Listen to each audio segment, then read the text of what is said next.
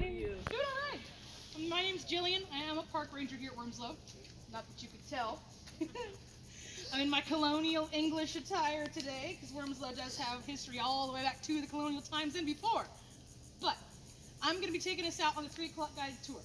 Now this tour is going to be about 45 minutes. We may shorten up this tour a little bit more because it is a bit of a hot one today. It is currently 100 degrees at the moment. I'm sure y'all would have rather not known that. I'm sorry. But it's important to remember we got to pace ourselves today. If anybody wants to grab some water, take a big sip, now's a good time. This is the only water fountain on the site around the corner from us. Now, while we are here, as you can see, we are going to be walking over unpaved nature trails. We're kind of running out of sidewalks, so to speak. It's pretty flat out here, but you should watch out for the tree roots. As you can see, we do have plenty of them, and they can kind of sneak up on you if you're not looking, me especially in my colonial shoes. So if you see me fall down, please don't feel the need to do as I do. But if you do see anything interesting happening off the side of the trail or ahead of us or behind us, the deer are getting hungry this time of day. It is baby armadillo season. They're only a couple of months old. There's lizards, butterflies, lots of cool stuff to see out here. The 130 tour, we saw 2 little blue herons out by the water. Very cool. But I may not see it if I'm looking ahead of us or looking at y'all. So if you see something, or if you see something you have a question about, please feel free to let me know. Interrupt me and ask, or at least say, hey, Jillian, what's that thing? And I'll say, ooh, what is that thing? And we'll find out together. Now, just remember to watch your step, pace yourself, and you can go ahead and hit the road. Oh, do we have everybody? Yes. Okay, cool. I always like to ask. Now, we're going to be here for a minute, so if you want to explore, take a look around, take some photos, go for it, because you're here to see this, not this. Anyway, though, everybody, welcome back to the Oak Avenue. I'm sure y'all enjoyed this beautiful view coming in, but historically, people have been enjoying this view for quite a while now. These trees are about 130 years old. See, they were planted in 1891. Now, at that point, the 5th generation of the same family was living out here back when all of this was still private property. They were actually descendants of an original English colonial family that did come to Georgia with the first ever group of English colonists here in 1733. That's Noble Jones and his family. Noble Jones was one of the first English colonists to visit Georgia and live here. He and his family lived here in Georgia. But a couple generations later, his descendants in the late 1800s are still living out here on this property, and the guy in charge in the 1890s is Generation 5, Wimberly Jones Durant. Now, in 1891, he was pretty excited because something pretty special happened. His son was born, Wimberly Wormsloe Durant. They like to reuse the names in this family. You were going to notice that. Basically, Big Wimberly was pretty excited when Baby Wimberly pops out, and to celebrate, they had 404 live oaks planted as a very expensive birthday present. Instead of saying, happy birthday, here's some baby booties. This is a gift he's not going to grow out of. He's going to enjoy this his entire life. And as you can see, there's plenty still left to enjoy 130 years later.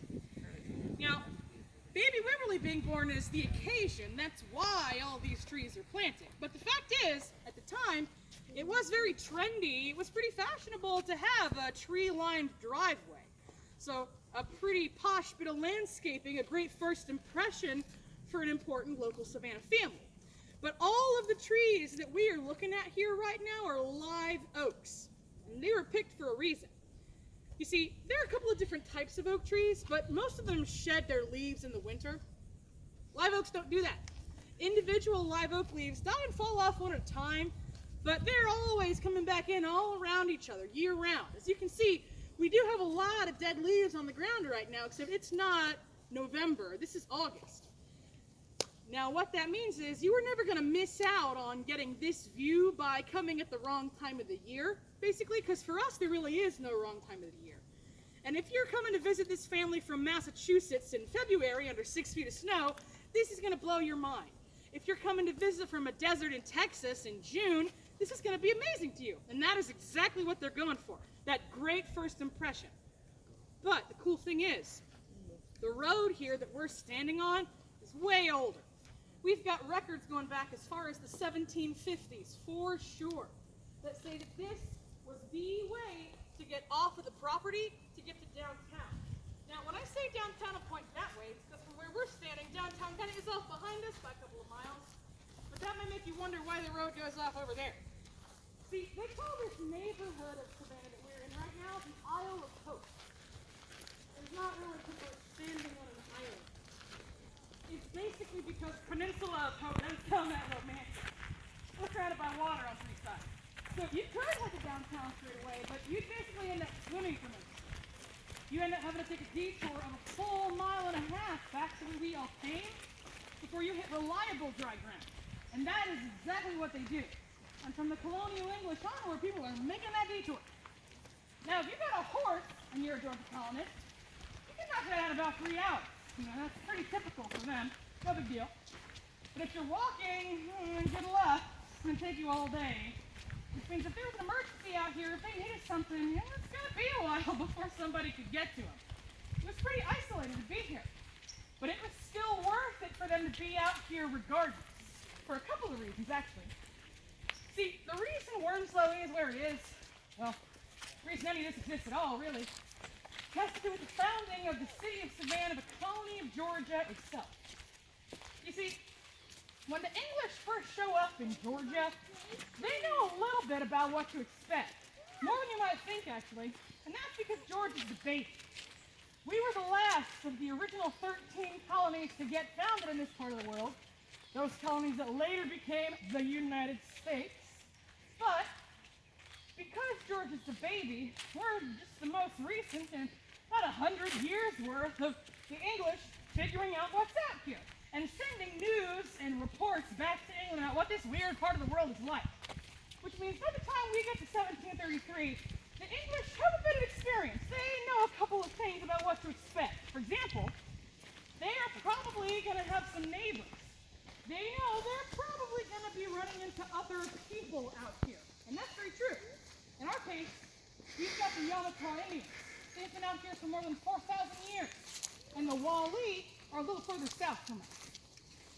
Now, because, as you can see, Georgia isn't really similar to England, the English show up and they're not really sure what to do with our landscape. They get here in February, nice and cool and humid, kind of like England. Fast forward to August, they don't like this. Now here's the thing. If you're just going to walk around out here with your tailcoat and your wits about you, you're going to be doing a lot of trial and error to figure out what works and what doesn't. And they're kind of hoping to skip the whole my buddy ate a poisoned mushroom and died on the spot sort of phase.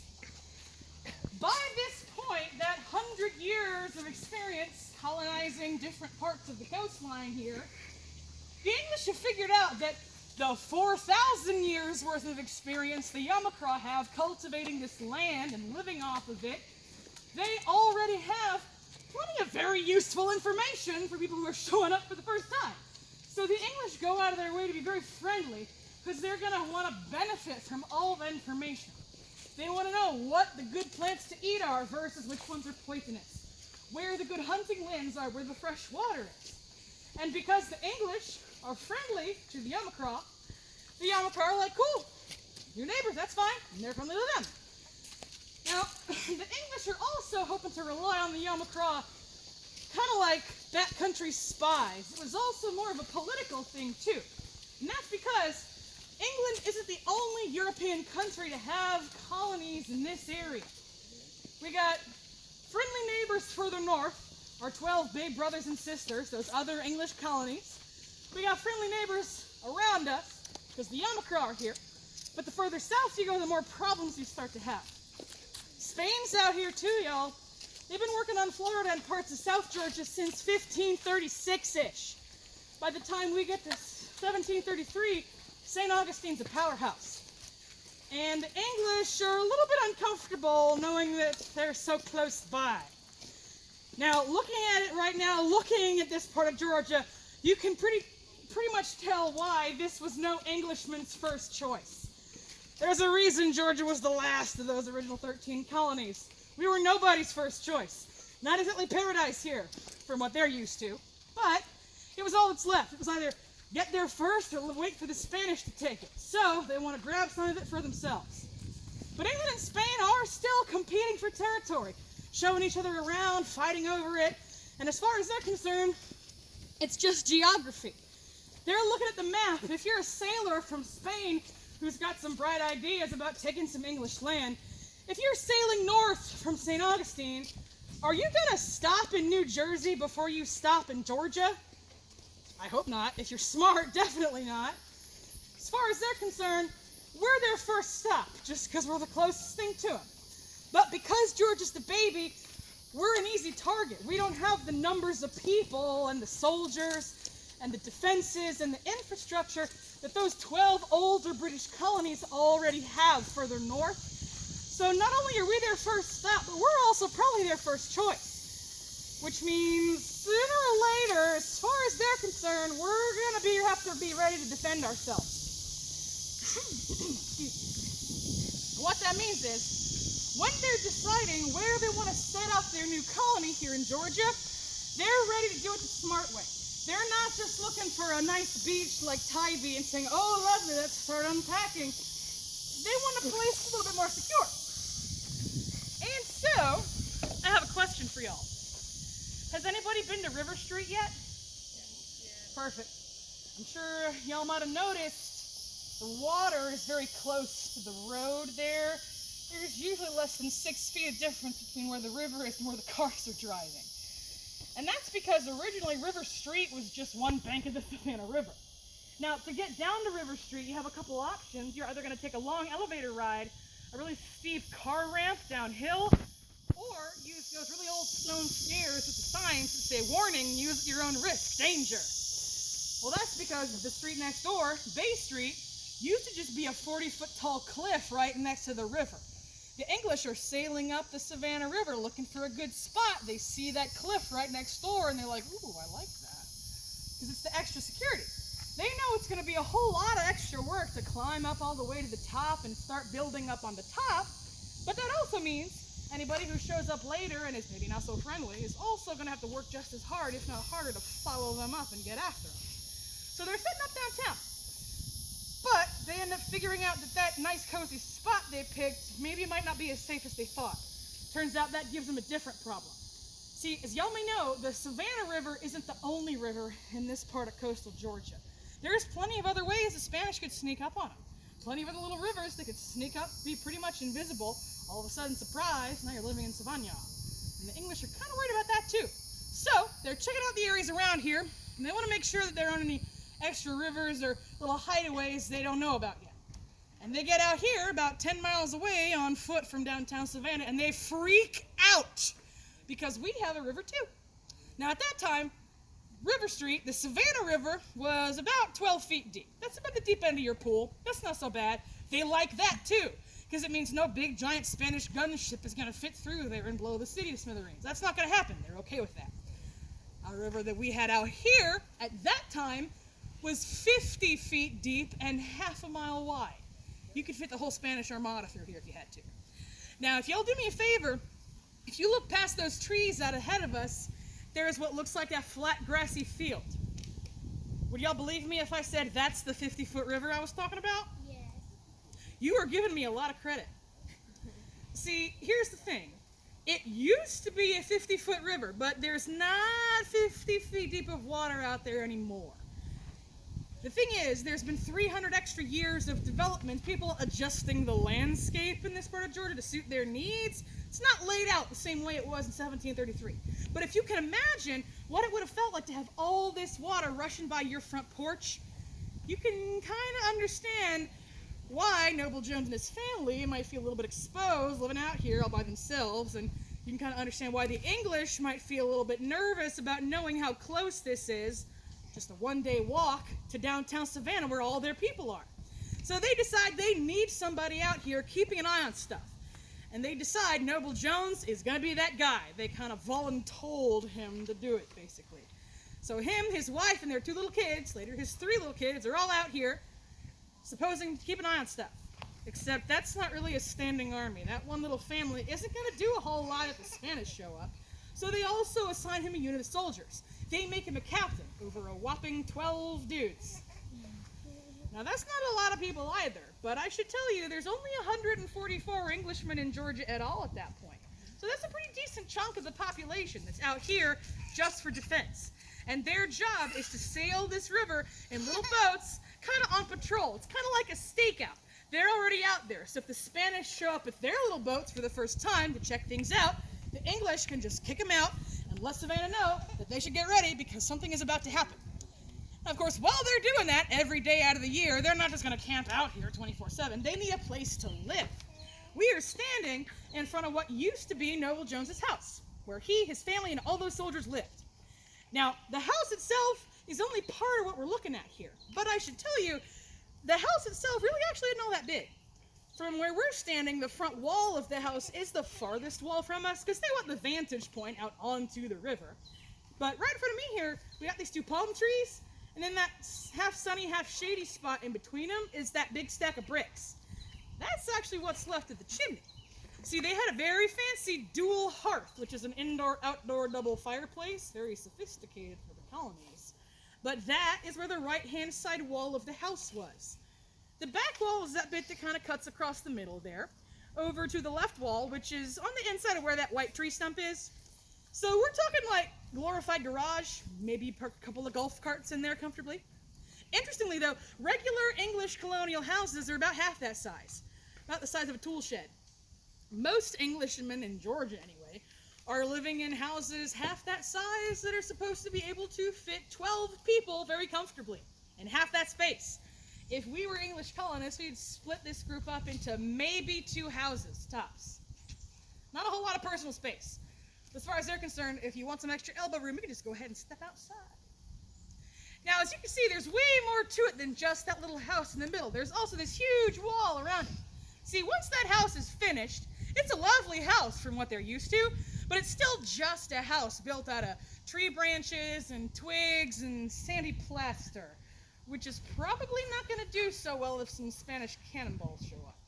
So once that house is done, they start working on ways to make this place more defensible. They want to be safe, not just comfortable. And the way they do that is by turning it into a compound. This was basically a big old mini fort. Same exact principle as the fort at St. Augustine. Other forts from that time period just scaled way, way down to be manageable for 14 grown-ups and 2 kids. Now, as you can see, it's not much of a fort anymore, but don't worry, we'll get to that. Actually, building this the first time, though, took a lot of work. See, these walls, as you can probably tell, you don't have a whole lot of big stones or bricks. It's just one big piece all across with a couple of different stripy layers in the middle. See, these walls aren't made out of stones or bricks. This is a material called tabby. Not like tabby cats, though, nobody worry. The ancient Romans invented this stuff more than 2,000 years ago. Yeah. But when you get to 1733, people are still using it. Because as you can see, if you don't mess with it, it's going to last forever. If you do your job right, it should definitely at least outlive you. See, we are pretty close to that river, obviously. It's right in front of us. But we're also pretty close to the Atlantic Ocean. It's like 5 miles away from here over to our left. Which means we're also pretty close to sea level. You can't dig up big rocks and stones from quarries someplace and bring them here to assemble them like Legos, because you're going to hit water before you find anything useful. So they got to figure out a plan B pretty quick. Well, fortunately for them, Noble Jones isn't a career military man or a politician or a farmer. He's a carpenter. He's a 1700s architectural engineer. He knows plenty about construction, and those 12 military guys become his built-in workforce. So he's got the experience, he's got the knowledge, and the manpower he needs to figure this out. All he needs now are the materials. We're going to kind of pause right here to enjoy the breeze, y'all. Also get a better view